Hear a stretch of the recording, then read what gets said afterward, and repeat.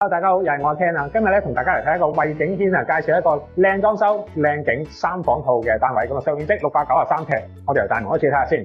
咁啊，一入大門旁邊呢度就係飯廳嘅位置啦。飯廳再旁邊咧就係廚房噶啦。咁我哋可以入嚟廚房度睇下先嘅。咁呢度咧就做咗一個玻璃趟門啦，再行入少少啊，你見到相當之靚啊，裝修過晒啦，啲石紋嘅磚啦，櫥櫃非常之新淨。咁啊，明火煮食當然唔少得啦，仲有個通風窗。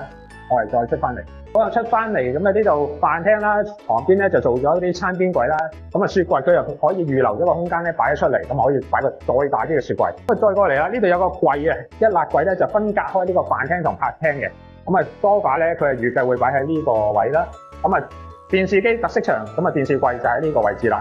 咁啊，旁邊採光度相當之高嘅露台，咁啊最主要係望一望呢個景先啦。前邊就 Wetland Seasons Park 啦，咁啊後邊成片就係綠化環境濕地公園嘅景觀，後邊就厚海灣啦，再前邊就係深圳市景，非常之靚。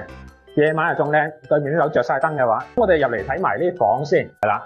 咁啊入嚟走廊啦，我哋望一望客廁先。客廁嗱，你見到啦，裝修過晒啦，鏡櫃啊呢啲全部新嘅，咁啊做咗個企缸啦，咁啊呢度牆身又係鋪過晒一啲石紋嘅磚。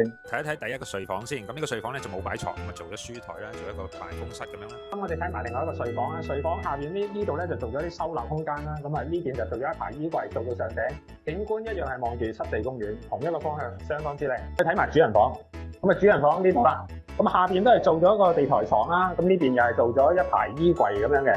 咁我哋再過嚟呢邊睇下，咁啊做咗個梳妝台啦，咁啊呢邊就係主人房套廁啦，我哋入去睇埋，你見到啦，裝修相當之企理，啊啲門啊換過晒，企缸全部做過晒，新裝修靚仔，我哋出嚟啊！睇完一個咁靚嘅衛景軒單位啊，唔知大家有冇興趣咧？歡迎留言區話俾我知，再睇多次嘅景觀。